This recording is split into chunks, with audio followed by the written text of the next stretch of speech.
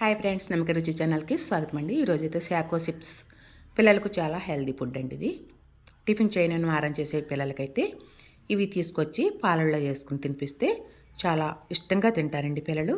చాలా టేస్ట్గా కూడా ఉంటాయి, బాగుంటాయి. పాలల్లో నానబెట్టుకుని తింటే చాలా బాగుంటాయండి. పిల్లలు కాదనకుండా తింటారు. ఈవినింగ్ స్నాక్స్ అయినా బాగుంటుంది పిల్లలకి.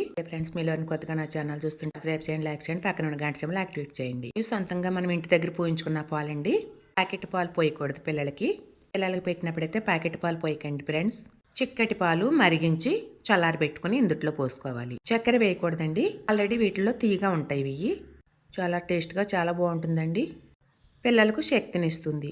చిన్నపిల్లలకు చాలా మంచిది. ఇలా పాలు, చిక్కటి పాలు మనం ఇంటి దగ్గర పోయించుకున్న పాలతోటే చేసుకోవాలి. వీటిని చాలా కమ్మగా చాలా టేస్ట్గా ఉంటాయండి. హెల్దీ ఫుడ్ పిల్లలకి. చాకో చిప్స్ అంటే పిల్లలు కూడా ఇష్టపడతారు. Thank you so much friends.